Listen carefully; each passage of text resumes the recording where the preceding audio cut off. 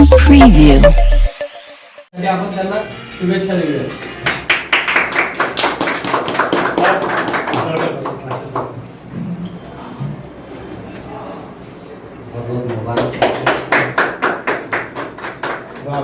आओ अन्ना आओ पिनाओ अभी भी पिनाओ ले अब्दुल वो राजा पिनाओ पिनाओ हेलो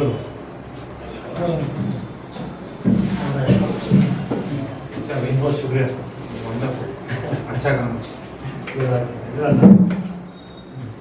और जो बच गया बात तो माफी चाहते हैं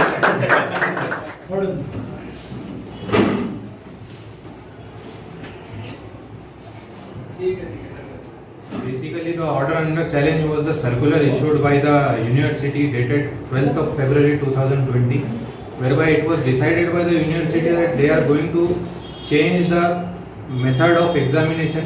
Earlier, PET examination was conducted online, and the centers which were allotted were at the discretion of the students. They were either at the option of taking the examination at home, or else they could come to the centers. However, the next circular which was issued by the university did not have that option for the students. Basically, many of the students who are pursuing the PET second examination belongs to rural area. Matter was filed before the court, it was listed before the court.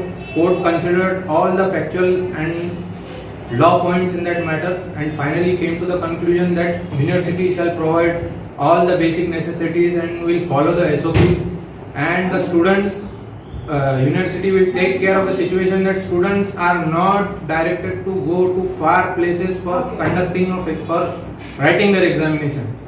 They'll have to give their examination in shorter course near their area or near the jurisdiction where they reside. This was the direction given by Honorable High Court today itself. That's it.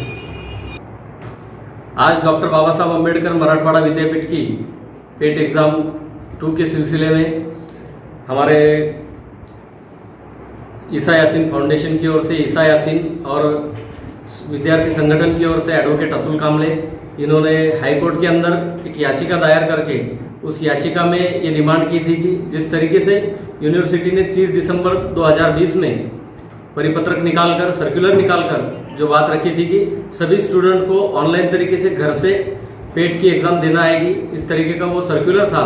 और उसी circular के तहत पेट 1 की exam जो पिछले कुछ दिनों पहले हुई, उस तरीके से सेकेंड एग्ज़ाम होने की संभावना होने से यहाँ के बहुत से जो स्टूडेंट है, जो अदर स्टेट के कुछ स्टूडेंट है और मराठवाड़े के बाहर के जो रीजन है उसके कुछ स्टूडेंट है, वो सभी लोग अपने अपने गांव की तरफ लौट गए। और अभी कोविड का जो प्रादुर्भाव है वो बहुत बढ़ने की वजह से अभी 12 फरवरी के दिन जो यूनिवर्सिटी ने सर्कुलर निकालकर पेट 2 की जो एग्ज़ाम है वो सेंटर पर जाकर हमने देनी होगी ऑनलाइन तरीके से, इस तरीके का सर्कुलर निकाला था। आज उस सर्कुलर को माननीय हाईकोर्ट में हमारे वकील साहब तबरेजुद्दीन कादरी, सैयद रशीद मुबिन, सैयद अशरफ डैनियल, इन्होंने इसके ऊपर कोर्ट के सामने बात रखी कि जिस तरीके से 30 दिसंबर के सर्कुलर के अनुसार ही ये एग्ज़ाम होनी चाहिए। और इसमें कोर्ट ने एक बात कही कि जो स्टूडेंट पेट के लिए पात्र है उन सभी को उनके घर से नज़दीक एग्ज़ाम सेंटर उपलब्ध करके देना चाहिए, इस तरीके की बात रखी है। जो लड़ाई हम लोग लड़ रहे हैं उस लड़ाई के करीब हम लोग पहुंच चुके हैं और आने वाले तारीख में इस जो सभी स्टूडेंट को जो निकाल की अपेक्षा है उस तरीके का निकाल लाने के लिए हम सब लोग कोशिश कर रहे हैं। और आज ईसा यासीन फाउंडेशन की ओर से और विद्यार्थी संगठनों की ओर से इन दोनों वकील भाइयों का यहाँ पर सम्मान किया गया। और आने वाले इसमें जो स्टूडेंट को जिस तरीके का निकाल चाहिए, मतलब जिस तरीके का जजमेंट चाहिए, उस तरीके के लिए हम लोग कोशिश करने वाले हैं। Thank you.